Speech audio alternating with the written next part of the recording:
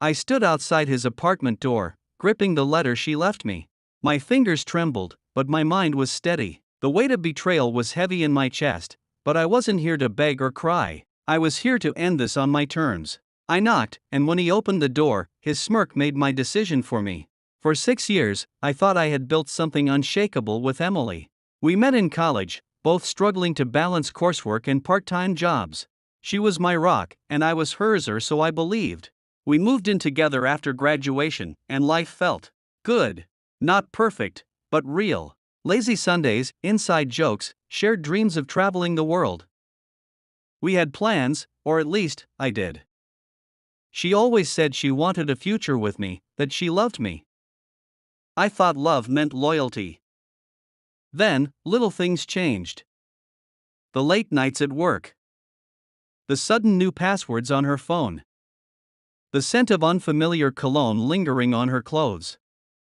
My gut told me something was wrong, but I ignored it until the day I couldn't. It was a Thursday. I remember because I had planned to surprise her. I left work early, picked up her favorite wine, and even grabbed a bouquet of roses. I walked into our apartment, excited to see her face light up. Instead, I found a neatly placed envelope on the kitchen counter. My name was on it. A goodbye letter. She didn't even have the decency to say it to my face. No explanation, just a half-hearted apology and some bullshit about needing to find herself. The sting of betrayal burned through me, but I wasn't the type to break down. I set the roses down carefully, read the letter twice, and then did what any sane person would do. I went looking for the real reason she left. It didn't take long. People slip up when they get comfortable. Emily had been careful, but not careful enough. A few forgotten receipts, a Lyft ride history she didn't delete, a restaurant I'd never been to but my credit card had paid for. I traced it all back to one person, Jake. Jake was her co-worker, the guy she swore was just a friend. The one she insisted was happily married. Apparently, that wasn't enough to keep his hands off my girlfriend. I wasn't sure what hurt more, the betrayal or the fact that I had ignored every red flag. I spent that night staring at the ceiling, rage and heartbreak wrestling inside me. But by morning, I wasn't just the guy who got left behind. I was the guy who was going to make them regret it. First, I played the part of the heartbroken ex. No confrontations. No messages. No reactions. She needed to think I was too devastated to do anything. Then, I started digging. Jake's wife, her name was Natalie, deserved to know. I found her Instagram, followed a breadcrumb trail of posts until I got her work email. I typed out a message, attached the receipts, the photos I pulled from Emily's hidden album, and sent it with a simple subject line: "You deserve the truth." But that was just step 1. Step 2? Emily's job had a strict no fraternization policy. It was in her contract, signed, dated, and very, very binding. I drafted an anonymous email to HR, detailing her relationship with Jake. I included enough evidence to make it impossible to ignore. Then, I waited. The fallout hit faster than I expected. Natalie didn't just confront Jake, she exposed him. Publicly. She posted screenshots of my email, along with pictures of him and Emily, tagging both their families. It spread like wildfire. Jake showed up at Emily's apartment the next day.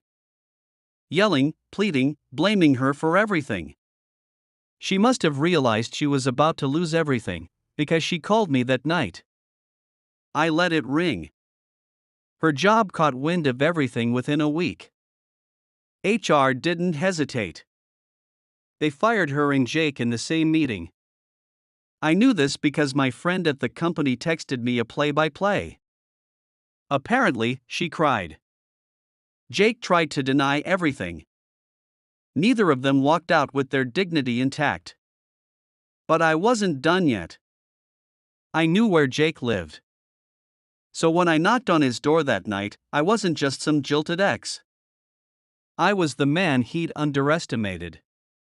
He opened the door, and for a split second, I saw it, the guilt, the fear. "She's not here," he muttered. "I know," I said, stepping closer. "This is about you." His smirk faltered. "She left you too, didn't she?" I asked, watching his jaw tighten. "Lost your wife, your job, and now the girl you threw it all away for?" He didn't answer. He didn't have to. The look on his face was enough. "You thought you could take everything from me and walk away clean?" I shook my head. "Guess what, Jake? Actions have consequences." He slammed the door in my face. I laughed all the way to my car. Emily tried reaching out a few weeks later. A text, then a voicemail. She said she missed me, that she had made a mistake. I didn't reply. Instead, I booked a flight.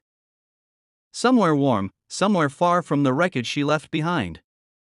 I sat on the plane, looking out the window, and for the first time in months, I felt free. She got what she deserved. So did Jake. But me? I got something better. Closure. Some people say revenge is pointless, that it doesn't heal anything. Maybe they're right.